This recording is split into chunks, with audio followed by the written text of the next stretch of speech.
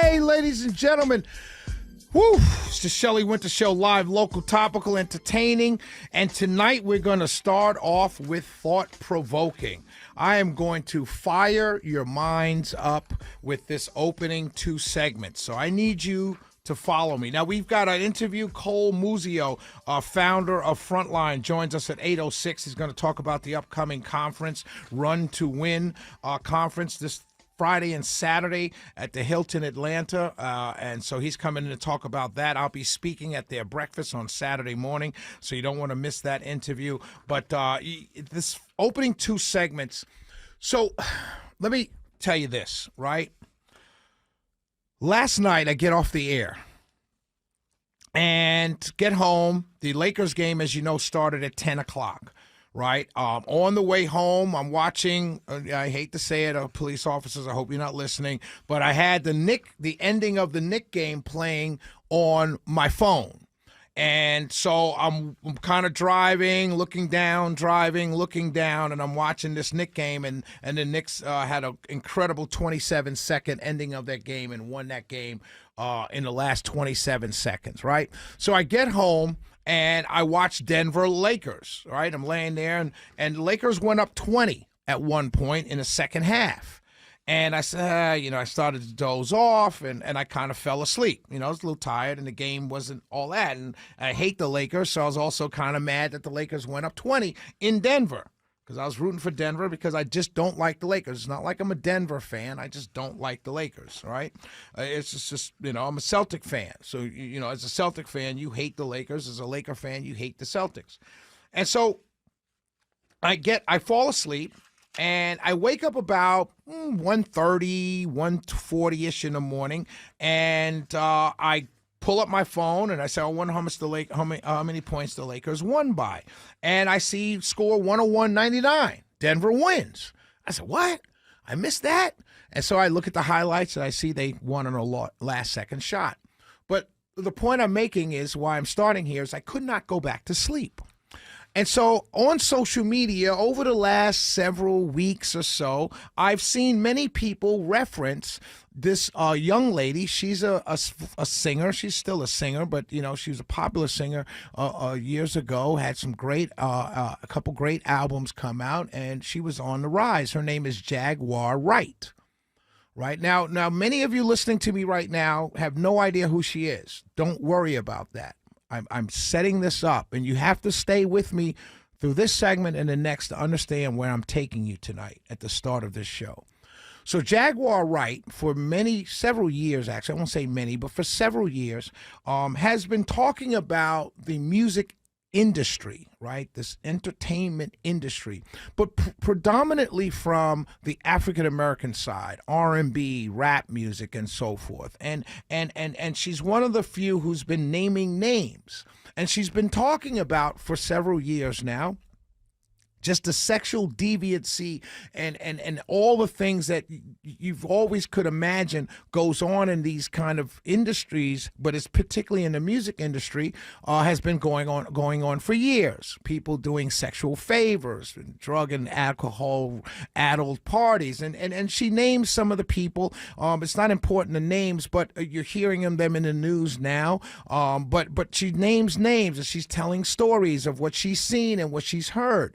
And a lot of people are following her, and they're listening to her because she's not the only one to have talked about these stories, but just about the debauchery and the deviancy and everything going on, and the way people wield power, and the way people, men have to do things with other men against their wishes in order to achieve a certain level of fame. And she's talking about all of this, and it's become very popular on the internet. Now, if you remember, we talked about Cat Williams, a comedian, sat with Shannon Sharp, and he talked about the same thing in Hollywood. But they're all kind of talking about this from what I would call the black side of things, right? They're talking about African Americans doing this. Now, it's not like white people haven't said the same thing. You have Corey, I forgot his last name, the Corey actor, who said in Hollywood, men were doing things with little boys, and it happened to him. Corey Feldman, he talked about it happening to him and his friends, and he's seen it.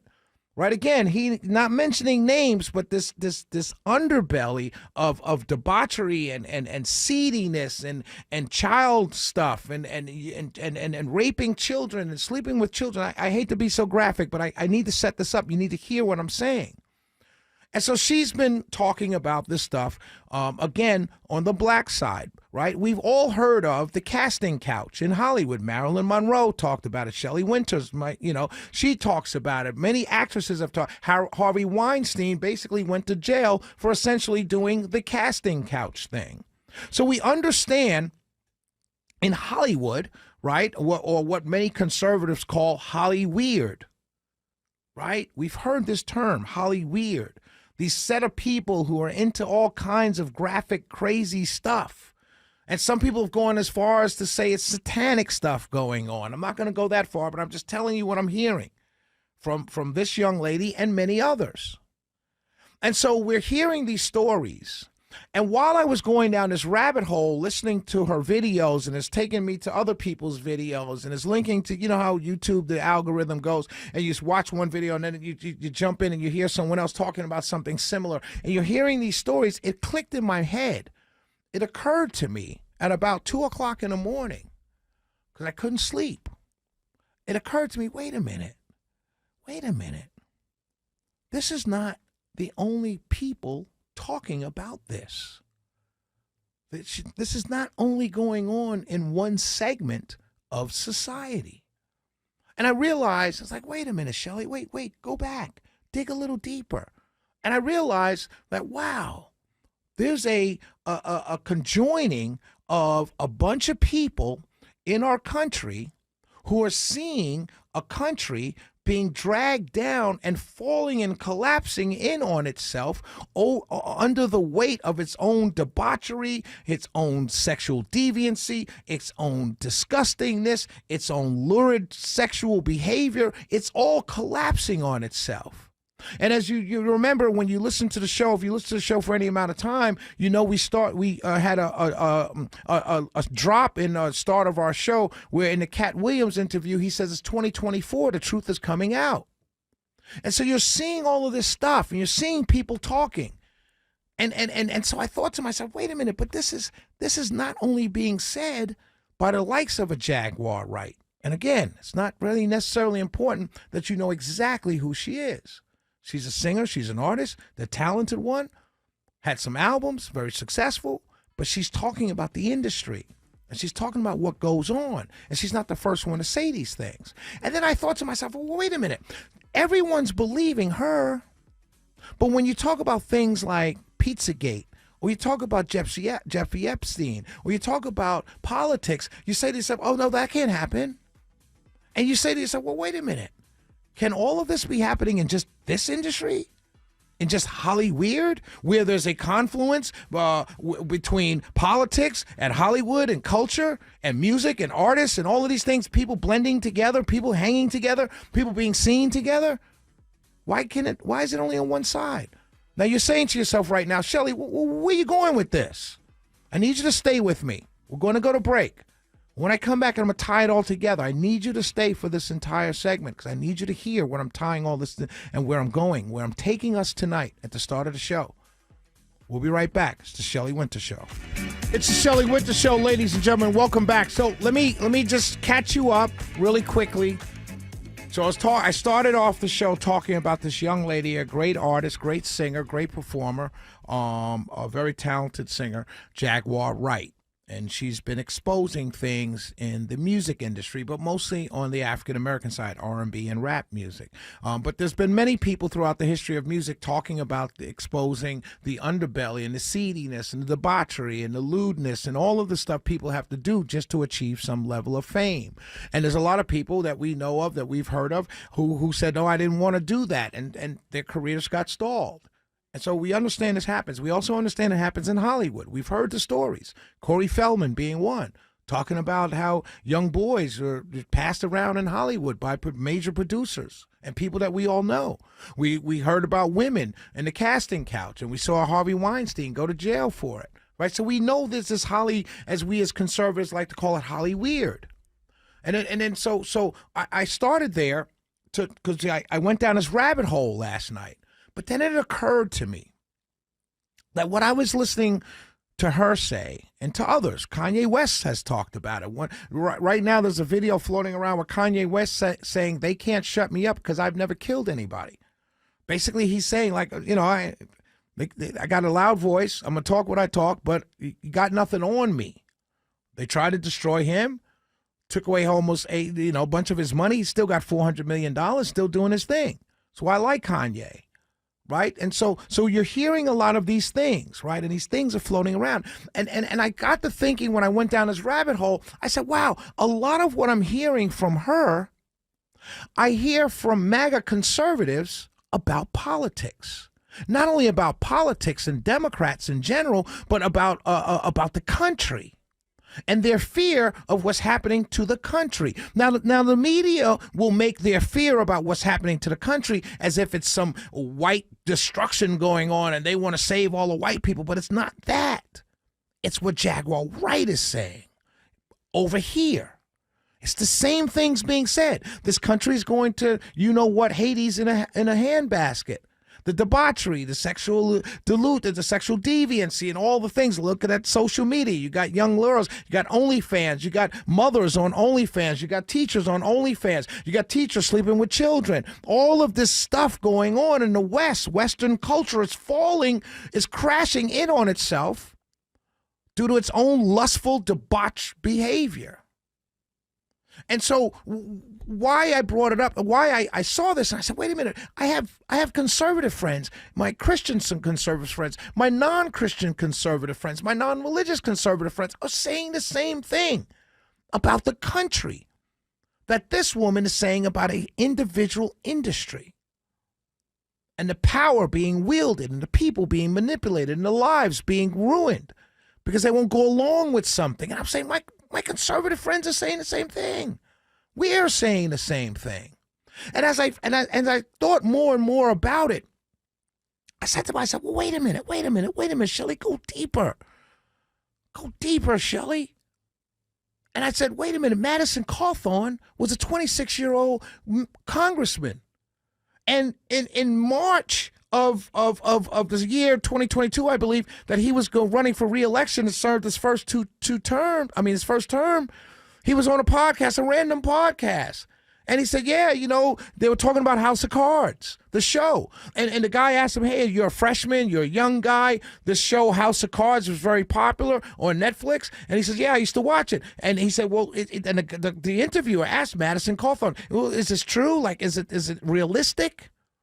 And Madison Cawthorn said, yeah, it's realistic. And then he went on, he took one step ahead, and he says, yeah, I've been invited. People have come up, hey, we're having a party at my house, a sex party at my house. And Madison Cawthorn said he had a shocked look on his face and he realized he was being invited to an orgy. And some of the very same people he's been looking up to all his life because he's always followed politics, is his quote. I was like, oh, these people are into orgies and they do cocaine. That was in March. By November, the guy was out of office, talking about the same thing that Jaguar Wright was talking about. And so I started thinking to myself, wait a minute.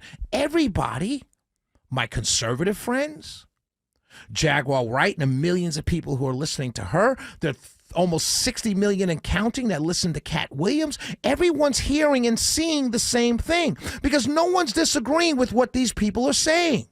The only people telling them to be quiet are the people who have so much to lose, and the media is not talking about it at all, save for the internet.